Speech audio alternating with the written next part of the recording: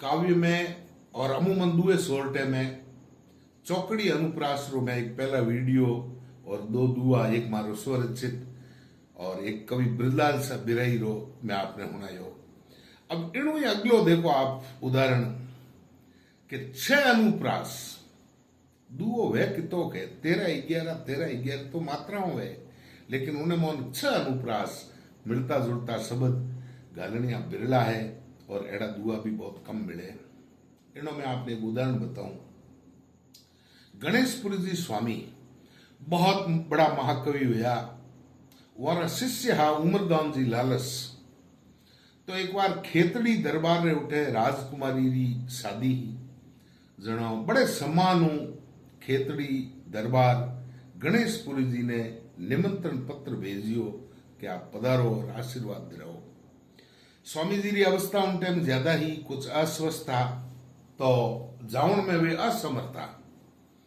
इन कारण आपका शिष्य प्रिय उमरदान जी, और उमरदान जी के बारे में आपने सबों ने विदित है, महाकवि हुआ, वरी उमर काव्य रचना है जिनो पाचो संपादन कविया साहब कर उमरदान ग्रंथावली जिन्हें मोने पचे आप पढ़ो।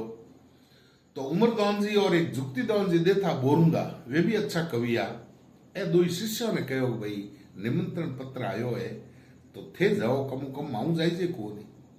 ए दो कवि खेतड़ी गया, उठे गया उन टाइम रे मोने जान दुआ रचिया और हुनाया। कवि की तो क्या है, भेंट हो तो काव्य रूप में ही बात कहनी है, और तो क्या कवि है।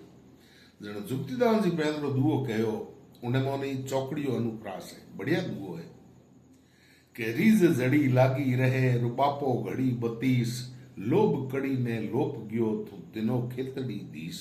बढ़िया दुओ है, 4 अनुप्रास। अब उमरदान जी तो उमरदान जी ऐसा वो जो दुओ बनायो उनमें 6 अनुप्रास, वो दुओ आप बनाओ। वो दुओ है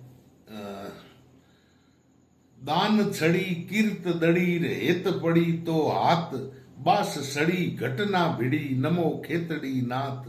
दान छड़ी कीर्त दड़ी हित पड़ी तो हाथ, बास सड़ी घटना भिड़ी नमो खेतड़ी नाथ। एकू के चरण में 2-2 अनुप्रास।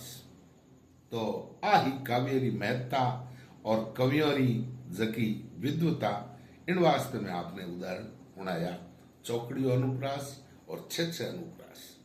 धन्यवाद।